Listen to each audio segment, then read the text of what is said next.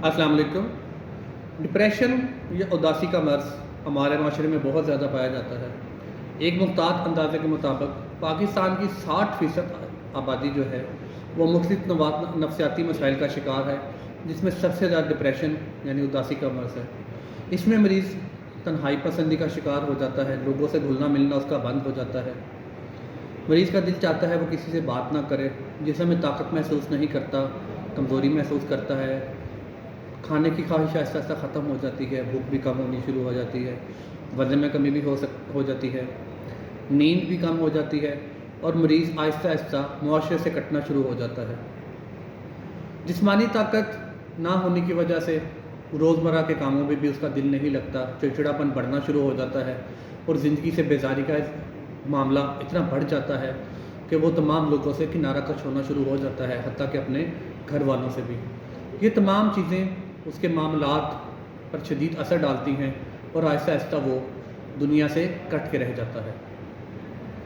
हत्ता कि कुछ मामलात में ऐसा होता है कि शिद्दत इतनी बढ़ जाती है कि मरीज़ ख़ुदकुशी के ख़यालात की तरफ चल पड़ता है, और अगर इस मसले की शिद्दत बढ़ती जाए तो ख़ुदकुशी करने की कोशिश से भी वो बाज नहीं आता, जो कि बाज़ औक़ात अफसोस के तौर पर कामयाब भी हो जाती है।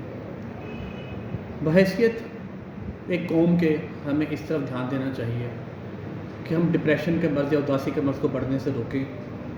मैं चूँकि एक नफ्सियात के डॉक्टर हूँ, मैं सिविल अस्पताल गुजरांवाला में अपने फ़राइज़ सर अंजाम दे रहा हूँ और मेरा रोज़ाना का मामला है कि मैं बेशुमार, मेरे पास जितने भी मरीज़ आते हैं 60% से ज़्यादा 70% तक उसमें लोग जो हैं वो डिप्रेशन के मर्ज़ का शिकार होते हैं।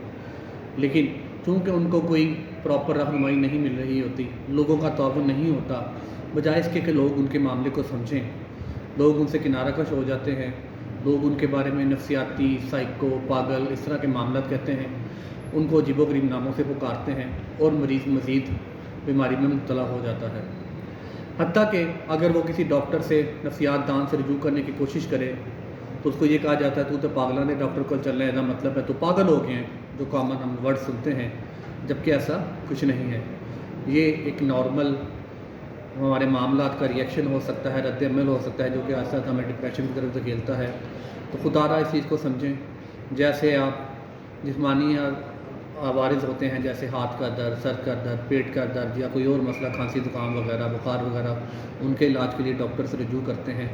तो डिप्रेशन जैसे ख़तरनाक मर्ज़ से बचने के लिए या इसकी शिद्दत बढ़ने से बचने के लिए ज़रूर रब्ता करें। हर मर्ज़ पागलपन नहीं होता। 3 से 4% ऐसे लोग होते हैं नफसियाती अवारत से कि जो पागलपन का शिकार होते हैं। बकिया अमराज जो हैं वो थोड़ी सी दवाई, थोड़ी सी रहनुमाई, थोड़ी सी काउंसलिंग और साइकोथेरापी से नॉर्मल ज़िंदगी की तरफ दोबारा लौट सकते हैं।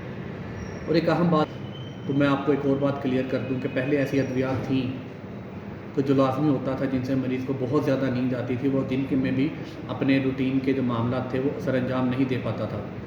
लेकिन अब ऐसी अद्वियात हैं कि जो सुबह के वक्त भी ली जा सकती हैं और मरीज़ अपने दिन की रूटीन को तमाम एक नॉर्मल इंसानों की तरह जारी व सारी रख सकता है।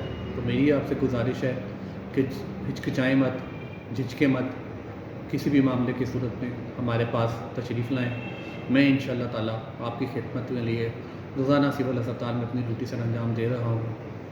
आइए मिलकर नफसियाती मसाइल के बारे में जो गलत फहमियाँ उनको दूर करें और लोगों का इलाज करें।